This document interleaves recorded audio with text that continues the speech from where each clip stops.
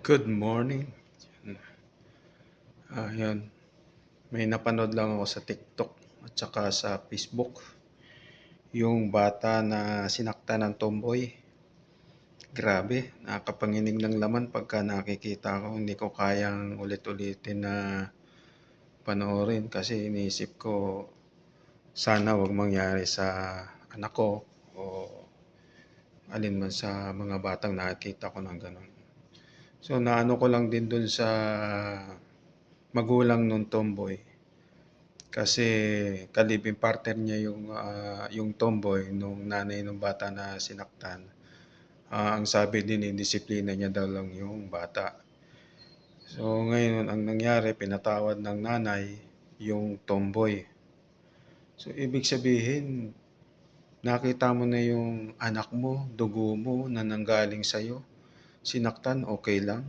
Okay lang na disiplina gano'n. Hindi disiplina tawag dun eh.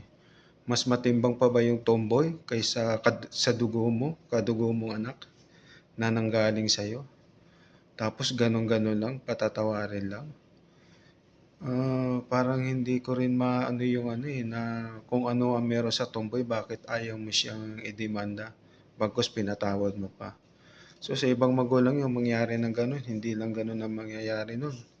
Napatatawarin mo lang tapos balewala lang sa'yo nangyari sa bata. Kung sa akin, hindi ko lubos maisip na bakit ginawa ng tomboy yung gano'n. Walang disiplinang gano'n na sinipa, na sinampa, nakahiga na yung bata. Yung bagamat na siguro baka naingayan ka sa iyak ng bata, natural. Trabaho ng bata na gano'n na umiyak pag may nararamdaman o kagaya niya nasaktan mo, di ba? O ano ko lang, nakakapanginig ng laman din eh. Mabuti na lang at nahuli rin ng otoridad yung tomboy na yun. Tapos ngayon nagmamakaawa ka. Kung ako sa tomboy na yan, kung hindi ka nahuli at tayong magkita, ingungod-ngud ko yung mukha mo sa simento. Pararamdam ko sa iyo kung ano yung bigat na nararamdaman ng nakapanood sa bata na ginawa mo. Hindi na makatao yan.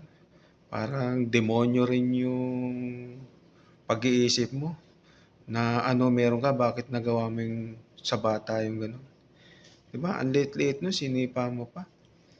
Ako, ilang beses ko nanonood pero parang hindi ko kayang tapusin yung video dahil kung para sa akin, masakit na gano'n na nakita na sinasaktan yung bata. Ay nako, ano ba nangyayari?